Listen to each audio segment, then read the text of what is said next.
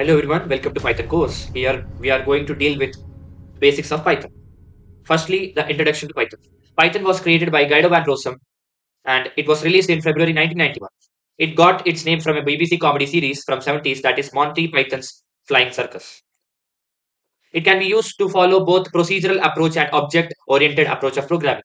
It is free to use and it is based on or influenced with two programming languages. That is ABC language, which is a replacement of BASIC.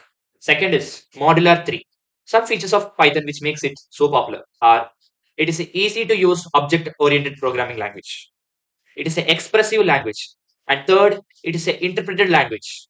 That is the code is executed line by line. And fourth advantage is that it is complete. That is when you install Python, you will get all add-ons along with it. Second last, it is free and open source.